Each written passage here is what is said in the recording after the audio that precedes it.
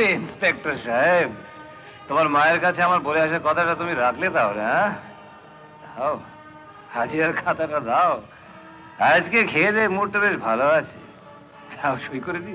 থানার হাজিরা খাতা নয়, যমরাজের হাজিরা খাতায় তোমার নাম লেখা পড়ে আছে। আরে এখান থেকে আমি স্পষ্ট দেখতে পাচ্ছি ওই খাতায় আজকের দিনে একটা নাম কম রয়েছে। দুজনেই দেখেনি, আজকে ওপরে যাবে। আর আমার দায়িত্ব হচ্ছে তোমাকে ওখানে পৌঁছে দেওয়া।